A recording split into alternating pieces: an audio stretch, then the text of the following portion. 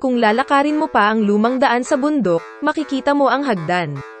Kapag umakyat ka sa hagdan, makakarating ka sa isang lugar na may magandang tanawin.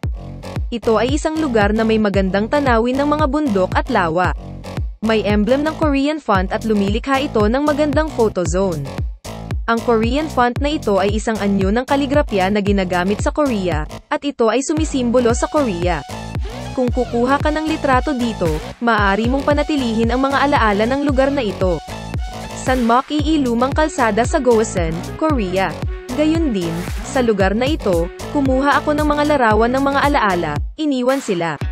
Dito, maaari kang kumuha ng magagandang larawan. Sa lumang kalsada ng Sanmok-ii, mukhang may pinakamagandang view ang lugar na ito. Ang katangian ng Sanmok-ii Old Road ay halos wala na mga artipisyal na istruktura. Sanmok-ii Old Road nagpapakita ng natural na tanawin sa atin at nagbibigay sa atin ng malalim na impresyon. Napakahirap hanapin ang kagandahan at karangyaan ng amusement park na nararanasan natin sa mga sikat na tourist attraction. Habang naglalakad sa kahabaan ng Sanmok-ii Old Road, maaari tayong magkaroon ng sapat na oras para mag-isip tungkol sa mga alaala ng nakaraan at imahinasyon ng hinaharap. Tinatahak ang mga landas na hindi madaling lakaran at malawak na lawa sa gilid, ginagawang kalmado at payapa ang pakiramdam mo. Ang katangian ng Sanmok-ii Old Road ay halos wala na mga artipisyal na istruktura. Sanmok-ii Old Road nagpapakita ng natural na tanawin sa atin at nagbibigay sa atin ng malalim na impresyon.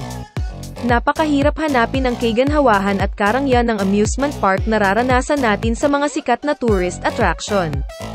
Habang naglalakad sa kahabaan ng Sanmok-ii Old Road, maaari tayong magkaroon ng sapat na oras para mag-isip tungkol sa mga alaala ng nakaraan at imahinasyon ng hinaharap.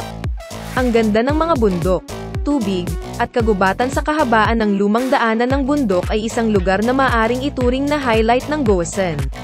Gosan Dam, na unang natapos noong unang bahagi ng 1957 gamit ang purong Koreanong teknolohiya, ay simboliko. Ito ay naging isang punto ng pagmamalaki para sa rehiyon. Ang lugar sa paligid ng dam ay mas mahalaga dahil pinapanatili nito ang isang hindi nasirang natural na ekosistema. Tinatahak ang mga landas na hindi madaling lakaran at malawak na lawa sa gilid, ginagawang kalmado at payapa ang pakiramdam mo.